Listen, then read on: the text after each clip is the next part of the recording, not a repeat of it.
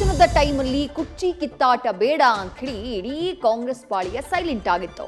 ಆದ್ರೆ ಈಗ ಸಿಎಂ ಪುತ್ರ ಬೂದಿ ಮುಚ್ಚಿದ ಕೆಂಡಕ್ಕೆ ಪೆಟ್ರೋಲ್ ಸುರಿದು ಬಿಟ್ಟಿದ್ದಾರೆ. ನೋ ಚೇಂಜಸ್ ಎಂದ ಯತೀಂದ್ರಗೆ ಡಿಕೆಶಿ ಸೈಲೆಂಟ್ ಆಗಿಯೇ ಟಕ್ಕರ್ ಕೊಟ್ಟಿದ್ದಾರೆ. ಇದರ ಬೆನ್ನಲ್ಲೇ ಸಿದ್ದರಾಮಯ್ಯ ಪುತ್ರನನ್ನ ಕಾರಲ್ಲಿ ಕರ್ಕೊಂಡು ಹೋಗಿ ಕಿವಿ ಹಿಂಡಿದ್ದಾರೆ.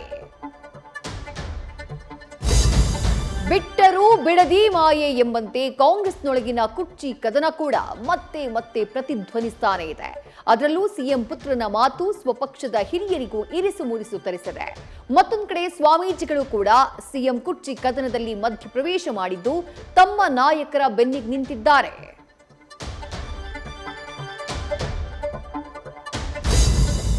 ಅಧಿವೇಶನದಲ್ಲೂ ಜೋಡೆತ್ತುಗಳಿಗೆ ಕುರ್ಚಿ ಕಿರಿಕಿರಿ ತಪ್ಪಿಲ್ಲ.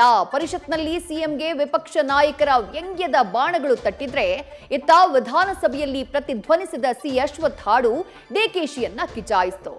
ಕಾಣುವ ಕುರ್ಚಿಗೆ ಹಂಬಲಿಸಿದೆ ಮನ, ಕೂರಬಲ್ಲೆನೆ ಒಂದು ದಿನ ಅನ್ನೋ ಡಿಕೆ ಮನಸ್ಸಿನ ಮಾತಿಗೆ ಸುನಿಲ್ ಕುಮಾರ್ ರಾಗ ಸಂಯೋಜಿಸಿದ್ರು. ಸಿಎಂಗೆ ಕುರ್ಚಿ ಕಿರಿಕಿರಿ ಉಂಟಾಯಿತು.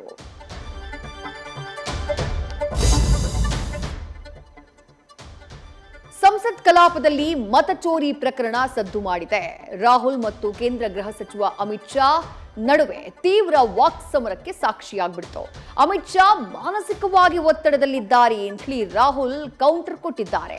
ರಾಜ್ಯದ ನಾಯಕರು ಕೇಂದ್ರ ಗೃಹ ಸಚಿವರ ವಿರುದ್ಧ ಮುಗಿಬಿದ್ದಿದ್ದಾರೆ. ಅದೇನು ಅಭಿಮಾನ, ಅದೇನು ಕ್ರೇಜೋ, ಇದು ಡಿ ಬಾಸ್ ಅಭಿಮಾನಿಗಳ ಅಬ್ಬರ.